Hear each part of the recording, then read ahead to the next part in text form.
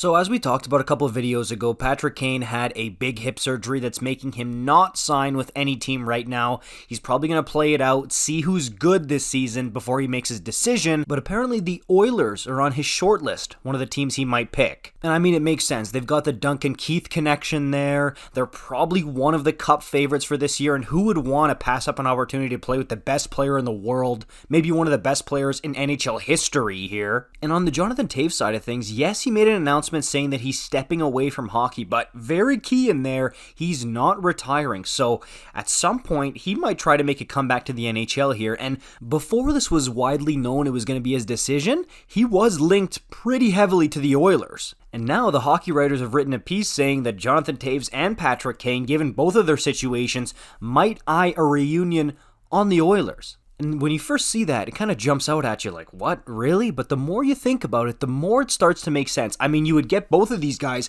at a ridiculous discount. They would provide some much needed depth in the Oilers lineup, which if you're going to be contending for the Cup, you're going to be going deep in that playoff run, you're going to need. And they both have unbelievable championship pedigree. They'd be able to calm down the rest of the roster. They'd be kind of those pillars like, hey guys, we've been there, done that, especially together. Imagine that. Kane is a much better player than Jonathan Toews is at this point in his career. Toews would probably be looking at a fourth line center spot, might even be in and out swapping with a guy like Derek Ryan, whereas Kane would be getting some reps with either McDavid or draisaitl or both. And again, the reason this is a huge possibility is A, this is maybe their best chance to win a Stanley Cup here, and B, the Duncan Keith connection. Don't underestimate that. So this makes sense from that perspective. It could work, but again, reality sets in and it's like, hold on a second. Yes, these guys would both be discounted, but who's to say that they would want both of them and that they could fit both of them under the cap? And that Toews is even going to decide to come back and play in the NHL. Can he still come back and play in the NHL? And would the Oilers even want to look at him if he did? Like, there's so many moving parts here. And the last thing the Oilers want to do when they're going on a cup run is kind of formulate a circus act, which is kind of what this reunion could end up looking like. So while it does make some sense, I don't think they're going to sign both. Now, with the amount of smoke we've seen around this,